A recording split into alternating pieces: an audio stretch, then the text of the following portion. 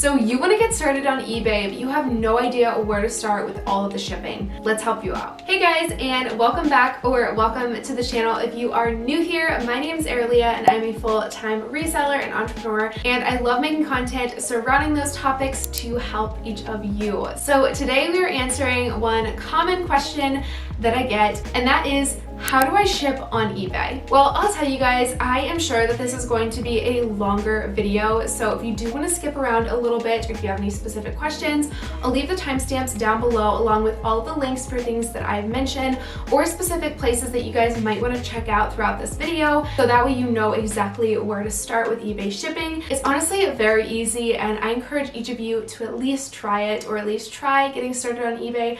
I'm sure that you will love it. But of course, if you can't find an answer to your question within this video and have additional questions, leave them in the comments down below, because I would love to help you on each of those, but I'm sure the community members would as well. So help each other out down in the comments if you see a question that hasn't been answered. And also make sure you give this video a huge thumbs up down below if you appreciate this content, and if you like content just like this, or like reselling, entrepreneurship, or anything like that.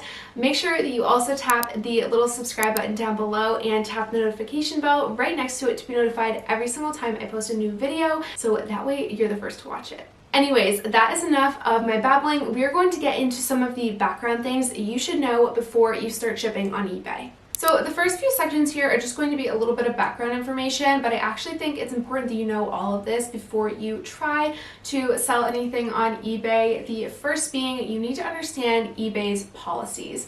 So eBay has a money back guarantee, and you can search this on their website, but I would just really hone in on this for your own information, so that way if you have any troubles with eBay down the road, you already know what their policy is and what their policies are, so that way you can best protect yourself. I know one of the other common things I get asked about eBay is if there's a lot of scammers on eBay, so just knowing this information can definitely protect you when you are selling things and shipping things out on eBay. And my number one tip for anyone that has any issues on eBay is actually just to call them. So this is something that I learned from my parents, who are seasoned eBay resellers, and this is probably the best tip I could give you if you are having issues either shipping or with delivery or anything like that on eBay. Go through their website and try to get in contact with an associate. They will be calling you. All of them that I've had in my experience have been super duper nice and helpful with all of their information. So if you've had any issues with the buyer or anything like that, they will document it for you. So if there's any cases opened, they can automatically close them. You don't want dings on your account. So if you ever have any issues, or if you have a question right now that is really urgent, I would just urge you to call eBay themselves and ask them what they would do, so that way you are protected in case anything happens in the future. So the next thing, you need to understand where you are shipping from. This is just specific to people within the United States, so if you are not within the United States, I am sorry, but this is just what I am familiar with. I'm located in Pennsylvania on the East Coast, and I choose to use calculated shipping on eBay just because I've noticed in states like California, Texas, and Michigan, the shipping prices can be really absurd in certain zip codes, and I know I do get questions about that on eBay at times as well, but just because I am the farthest from those locations, the shipping is more expensive, or they just might live in a super expensive area, and that is why the shipping cost is so high. I would really recommend calculated shipping also if you are located on the West Coast. The problem with being on either coast and trying to do a flat rate shipping cost is the people that are closest to you are going to get overcharged, and the people farthest from you might not get charged enough, and it might be a little bit of a nightmare trying to figure out how much people should be charged, or you will be at a loss when you are trying to purchase the shipping label, and that will directly come out of your profits. However, if you are located in the center of the United States, you probably have the best option to use a flat rate shipping. So what that means is you can charge a certain amount for shipping no matter where someone is in the United States. You could also use calculated shipping until you are comfortable with this, or if that's just your preference. But if you are located within the center of the United States, you have the best location for shipping throughout the US, and so you can make the best estimate on a flat rate shipping cost. The most common one I've seen in the center of the US is around $12. So if you find that a lot of your shipping costs are the same within the US, you could probably just put that into all of your shipping costs and make everything all one shipping cost. Next, let's talk about the shipping basics. So this is not sponsored whatsoever, but Pirate Ship, if you want to sponsor me, I will happily be sponsored by you. I use Pirate Ship for all of my eBay sales. I sync Pirate Ship to eBay, so that way all of my tracking numbers are updated, but usually Pirate Ship has better prices than eBay when it comes to shipping, so you can save a few dollars there and add that on to your profit. So I would recommend Pirate Ship for that. I know there are other websites out there, but this is probably the most popular one you've heard of if you hadn't heard of one already. The next thing that you should know about shipping is that bags are almost always cheaper than boxes. So this is because the bags go through a cubic rate. So what that means is shipping is just always cheaper because it doesn't have that third dimension technically. So some of the bags that I would recommend you guys get are a 12 by 8 bag. These ones are from Magical Mailers. You can get a plain white one. It does not matter whatsoever. But I like a 12 by 8 size because these fit most of the 1 pound items. So these fit jeans, tops, shorts, anything like that. And then I also order these ones from eBay, and I get these with my quarterly coupon, and they just say eBay at the bottom here. These are an 18 by 15 poly mailer bag, and these all have a self-seal adhesive. I also really like these self-seal bags because you can just line everything up, fold it, and then stick these in the bags. These are great for coats and jackets and larger items like sweaters, or if something is a plus size, these are great, and then you don't have to overpay for shipping. But if you are shipping something more expensive or shipping shoes, I would recommend that you do save your boxes from other orders. I think this one's from Walmart, but you can really save any of these boxes. You can take the tape off if you want, but I do like recycling all of mine so that way I can reuse them. I do not spend money on boxes just because I've ordered a lot of things in the past. So I personally don't buy any boxes. You could if you want to, but you don't have to. So now the first of the questions, how can you set up your shipping policies? So I've got my laptop here next to me and I'm going to pull it up, and we are going to go step by step into changing your shipping policies. The first place that you want to go when you're changing your shipping policies is to the listings tab within Seller Hub. So you're going to scroll down and you can choose one listing or multiple listings. I'm just going to choose one of them right now for you guys, and you can just hit edit, and you can hit the edit selected, or you can hit edit all of your listings. So I'm just going to tap the edit selected, and we're going to go to that, and the place that you want to go is you want to scroll all the way down on the page, and you are going to get to these shipping details. So in my shipping policy, I chose the calculated UPS ground.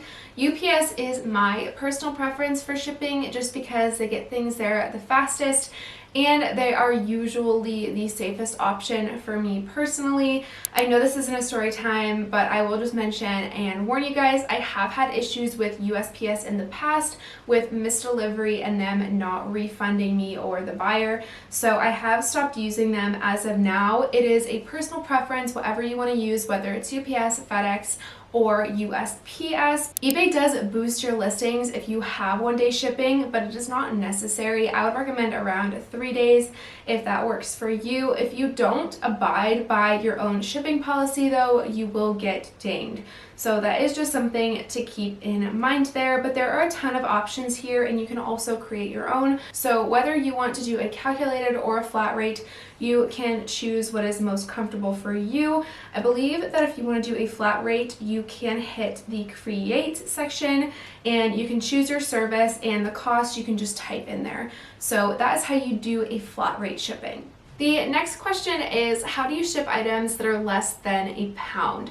So my best recommendation for shipping something less than a pound is to actually go through USPS on this one because they do have the cheapest price. But again, it is a personal preference, so if you have something that is way more expensive, I actually would not recommend going through priority mail just because they do not insure anything. I believe that you can purchase additional insurance through Pirate Ship if you would like to, so that's another option, but I usually try to play it safe and choose another option, even if it is under that 1 pound mark. But if it's just a regular sale for me and a lower profit, I will go in and I will choose the priority mail. It's usually around $4 to $5 where I'm at to ship anywhere across the country. So that is a great option if you're shipping something underneath 1 pound. So then how do you ship 1 pound items? So again, this is just a personal preference. You can go through FedEx, UPS, or USPS. Again, UPS is my personal preference. And most times UPS and USPS are around the same price point where I'm at. So it really doesn't matter which one you choose, but you choose what you're most comfortable with. In order to figure out what you're most comfortable with, I think it just takes trial and error, if I'm being completely honest. Some people have had really great experiences using USPS. I just personally have not. So I always go through UPS just because I've never had any issues with them. I also do like FedEx because they do get there pretty quickly. However, I know in certain places FedEx can kind of be iffy, and also FedEx can be super duper expensive depending on where you are shipping to. And anything over 2 pounds also follows the same rule, whatever you're comfortable with. Again, I would say that anything over the 2 pound mark usually costs about $8 plus, depending on where you are shipping it to. So if you have everything uncalculated, you should be good to go. But if you have everything on a flat rate, this is kind of where things start to get iffy. So I'm a clothing reseller. Most of the items that I sell are not going to be over 1 or 2 pounds. However, shoes and that can get quite pricey if you don't know how to do that. And that leads us to how to ship heavier items. So by heavier items, I really just mean 3 pound and up items. I know my family members really like selling hard goods, so they sell a lot of these heavier items. So one of the tricks that I will tell you guys about, if you didn't know this already, is that you can put any box, wrap it in a bag, so like a poly mailer or a garbage bag, and just make sure all of the edges are sealed with tape. And then you can have the cubic rate for whatever that box is. You can just choose the 2 longest sides, and then that is it. It saves you a ton of money, and you can just put that in pirate ship, and I have never heard of anyone having issues with this. Some people at the post office can get iffy with this, but for the most part, it is still something that you can do in 2022 to save you a lot of money if you're shipping something out that's heavier. However, if it's somewhere close, you could be fine sending it out in a regular box because the shipping might not be that expensive. But the issue comes when you've gotten a low profit item and it's very, very heavy. So this could be something like electronics or home goods or anything like that. When you have a low profit item, say you paid a ton for it at the bins because it was heavy, and now you're trying to ship it, shipping costs are going to be more expensive. So some people won't like to pay that. So that's just something to keep in mind within your own business practices. Make sure you have a lot of profit within that item, and also make sure that you're not overcharging for shipping on those items. I personally am not a pro on shipping the heavier items, so if you guys want a video recommendation, I will leave one in the cards up above or in the description down below for you guys, because I think one of my friends actually is coming out with a video on how to ship heavier items on eBay, so I'll link her video down below if it is out by now, but if not, I might just recommend one down below. The next question is how I ship expensive items. So this really depends on the item that I am shipping out. However, I usually do things differently if the item has over $100 profit and I've paid up for that item and I don't want to lose it. So the first thing you can do is pay for additional insurance on an item, which I would absolutely recommend. But the other thing is to make sure that they can sign for it. So if someone signs for something, there's almost no chance of misdelivery on that item, and then there is no issues between the buyer saying that they didn't receive it. I know some people are worried about that with scammers out there, but again, I've never had an issue with it, but I usually do have them sign for the package, so that way I absolutely know that it got there. If you guys are shipping shoes in particular though, and they are more expensive shoes, say you've tried shipping sneakers on eBay now since they don't have fees for them at the current moment, one thing that I would recommend you guys do is put them in a bag inside of a box, or a box inside of a bag, whatever you guys want to do, and put 2 labels on them. So if you had shoes and you put them in a bag inside of the box, put a label on the outside of that box and then seal it up and put another label on the outside. So if there's any damage to this box whatsoever, the post office or whatever carrier you've chosen knows exactly where the item is still supposed to go. It would be very rare if something was to happen to the bag as well. I'm kind of sus in my opinion, but that is just what I've always done, especially with my Golden Goose sneakers, so that way they get to the right person and there are no issues. One of the best things about eBay as well is that you can ship internationally. So how do you do that? Well, this is another thing that you have to specify within your shipping policies, so let's do that together. So I've scrolled down onto a listing into my shipping details, and as you guys can see, I already have the calculated UPS 1 business day shipping, so I am going to edit that and show you guys how you can do that as well. So just hit the edit button, and then underneath you are going to see the standard US shipping, and underneath that you will find the international shipping. So you can turn on the international shipping program through eBay on right here with this little check mark. I would absolutely recommend it. I've had no issues with it. I will say some of the items do take a bit longer because of customs. So your customer could be waiting up to a month to get their item, but this really opens your customer base, and then when eBay has it within their system, there are no issues shipping internationally. I know some people have had issues in the past with shipping them to certain centers and then them getting lost, and that is a common scam. So I'd recommend just doing it this way. It is a bit more expensive for your buyers, but they do know that already. So that is just something that I do, so you can ship to worldwide and then services. You can also choose countries that you want to work with or don't want to work with. I mean, I ship worldwide, but you could exclude certain countries if you want to, or if you found that your items are illegal in that country, you do want to exclude them, because then you could have some issues down the road with that. But yeah, I've had no shipping problems on there, and I haven't had to exclude anything just because it's clothing. So then you're just going to save and close that, and you will have no issues. It's going to confirm all of these, but that should be good. And you don't really have to do anything besides that. Now all of your international buyers can see your listings as well. I'm sure you guys know the answer to this already, but this is another really common question I get about eBay and shipping on eBay, and that is if I offer free shipping.